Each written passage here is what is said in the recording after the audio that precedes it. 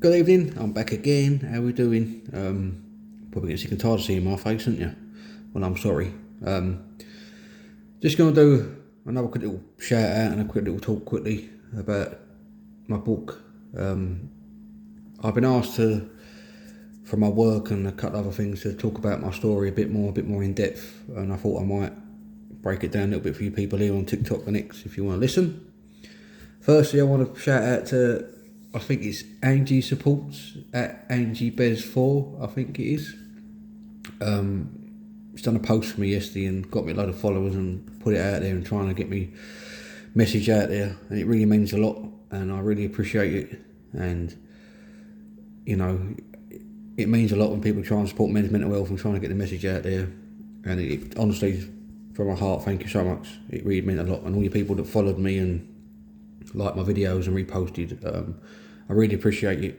It means a lot. It means an awful lot for all us men, getting us out there, trying to talk about how we feel, and you know, making mental health not such a taboo subject, something we can actually open up about and talk about. This is the book. Keep showing you, but there it is. It's time to open up, not man up.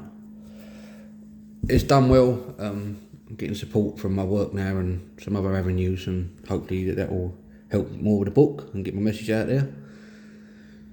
So basically what it is I want to talk about is myself and just a bit more what happened and let people get an idea about my story. So way before 9 months ago, about 18 years ago now, I lost my dad to cancer, and he died horrifically, unfortunately, and it was something that broke my heart, and I've never felt anything like it or seen anything like it in my life. It hurt so much that I couldn't open up and I couldn't say what I felt. I was so angry at the world, and literally lost him in 2007. And then in 2009, I lost my mum to cancer as well. My mum got muscular cancer, and I got married. We thought she had swine flu. I got married in 2009 in August, and a week later after the wedding, Mum got diagnosed with muscular cancer, nothing we could do. So losing my mum and dad in a short space of time, it broke my world. I've never felt pain like it, and I couldn't even describe it.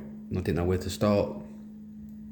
And it was a decline in me that started. I lost myself completely and contemplated many times not being here. Never really acted on it, just kept thinking about it because life would give me a sucker punch, really. Not long after that, lost mum and dad's home.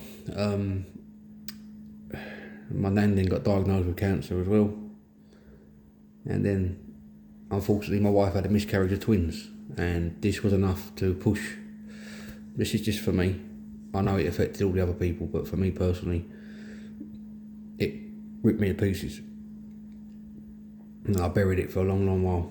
And as them years went on, I carried on pretending I was alright, but I'd have 2 or 3 years of being alright, then I'd have a massive wobble, and I'd lie about stuff, and I'd not open up about stuff, and it became so hard to talk about that I dealt with it in different ways. So I put a lot of weight on, just ate, and constantly the pressure, John, are you alright, John, are you okay? And I kept fighting back and biting back, and in the end I had 2 or 3 places where I had to go into mental health units to get help, but I still could not open up properly.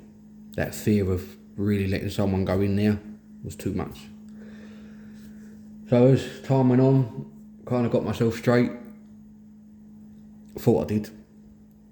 It was just a lie. I was just putting a thing. It got lower down, and I buried it even further. And then 2020 hit, and it affected all of us with COVID.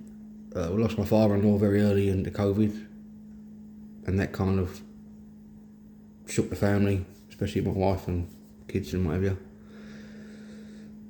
And then we managed to get through it. I knew I had to kind of step up at that point, but I wasn't right. I didn't deal with it still, and I waited and I don't know, the years, it went really quick. Well, with COVID, obviously that whole year, that whole 18 months just You know, what could we do? The world changed. And I think that lockdown affected a lot of people's mental health, and a lot of people went downhill and probably had it really hard, you know, and it probably was the start of some sort of epidemic in a way. I think it was hard, wasn't it? We all found it hard. And then I was hoping I'd be okay, and I was hoping to start my life again and after COVID and move on, and it started brewing up again for a year. 2022 was when it came back again. Things weren't going right in my personal life. I was finding it hard to open up, and I had a year of going back and forth and not speaking the truth and hiding things from people that I was really having a hard time. And then 9 months ago, basically my world come crashing down. Woke up one day, everything had been exposed, what I've been lying about, what I've been hiding behind this mental health, not dealing with things that I should have did, and the things that I was doing that I couldn't talk about, still can't talk about so much now, but it all come to the fore, and I decided I'd had enough, and I went to go try and kill myself. I tried to take an overdose. I took half the tablets and I fell asleep. I passed out, and when I woke up I was going to finish it off, and then a picture of my kids popped up on my phone. Then I realised that I'm needed here. I've got to be here. And I'm saying I'm not having this no more. I've got to change. I've got to open up, and I've got to speak up. With the help of wonderful family and friends, I did. I got help. Unfortunately, me and my wife separated through this at the time. That became difficult, but I knew that these things I couldn't deal with right now. I had to deal with me. And mental health is hard, not just for you, but all the people around you. It hurts them too when it's hard. So I dealt with myself, and I focused on basically writing things down.